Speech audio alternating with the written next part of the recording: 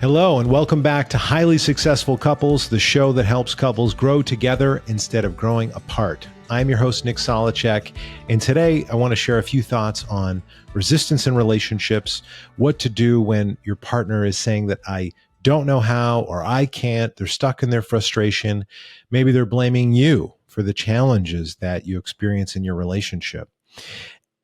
I think there's a big difference between I can't, I don't know how, I don't know what to do, I'm stuck, and I will never work on things. I am unwilling to grow. I am perfect. I am totally self-actualized. There's nothing I need to do or see. Therapy is useless. If we cannot make this work on our own, then we're not meant to be together. We've talked on the show about some limiting beliefs in the past, so check that out if you haven't heard that episode. But just want to emphasize, there's a difference between I can't, I don't know how, and I'm unwilling to learn. And when couples experience, or when one individual in a relationship experiences that resistance from their partner, they experience the repetitive fights, the conflict over and over again, the same conversations that go nowhere, that blow up, that have you doubting the relationship and feeling hopeless. It can really feel like, this helpless feeling where we don't know what to do. We haven't been able to change this. Maybe it's been years, it's been decades. And we can really fear that our partner is never going to do anything differently and that they're not going to change. One of the challenges here, of course, is that all coaches and therapists are built different. So some people are going to be able to generate better results for couples than others. Sometimes it's just the teacher. It's that you resonate with them, you like them, you trust them. And sometimes it's because the person that's facilitating a session or guiding a couple actually isn't doing the work in their own life or isn't doing the work in their own relationships.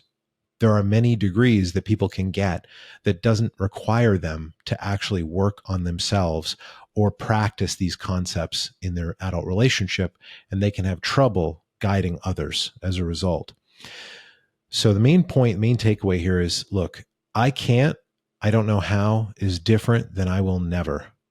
It's different than no, I'm not going to talk about this. I'm never going to work on this. And can you create some space? Can you, bridge that helpless feeling with a possible solution or some hope? Or if you think that therapy is the only way to do it, to get it done, to work on the challenges, can you put that aside for a moment to ask the partner who's resistant, what do you think we should do? What would make a big difference for us? What should we try? And that inside of those questions is an acknowledgement that we don't want to repeat the past. We've got to do things differently because what we've been doing has been painful and isn't working. And generally, when the suffering is turned up, people lose hope. People feel really like shameful. They feel like they just don't, they're afraid of repeating the same patterns. They don't want to experience the same things again and again. And we're just really swimming in our own shame there. We wonder why we can't work it out, right? Why we haven't broken through this cycle yet. And there's a difference between I can't, I don't know how, and I will never. And we do need to learn new things. We do need to take new approaches. In order to make our relationships work in life, we need to grow. We need to expand. We need to learn new skills. If we want to be a better leader in the family, at work, in our relationship, it's going to require us to adopt a more empowered philosophy, to integrate learnings and understandings, not just read a book and put it down, but actually apply these insights. And we often need to experience something that creates this feeling in our body, that experience something that has us see things in a different way, see the situation from a higher perspective, see our partner with a fresh set of eyes. This is one of the great things that will happen in an awesome couples therapy session, is that we're going to see each other in a way we haven't before. We are going to listen in a way that we just haven't got to this depth before. We're going to hear our partner say things in a way that we haven't heard. We're going to say, oh, I've never heard you talk about that at all. I didn't know that about you. And it's always amazing to me when couples have been together for 5, 10, 20 years that they've got these stories they've never shared, they have historical context that their partner knows nothing about, or fears that one partner's never shared about before, or at least we haven't been able to hear it. So hopefully this is like a little hopeful message here, just distinguishing that, hey, I don't know how, I can't, I'm stuck, this is terrible, I don't want to do this anymore, is different than there is a distinction there. And I think that a lot of the people I talk to can really feel stuck, really feel a lot of pain when their partner is unwilling. They're that resistant person. They're more of that minimizer archetype who avoids conversations, who might detach from the reality of the situation or withhold their feelings. They might not be clear about what they need. They can have trouble expressing that. They're the kind of person who feels like I should figure this out on my own. We have to figure this out on our own. They're not always as willing to get support from other people. And I just want to highlight that that's part of the archetype, that's part of the character, resistance, and that there are remedies for that. There are solutions.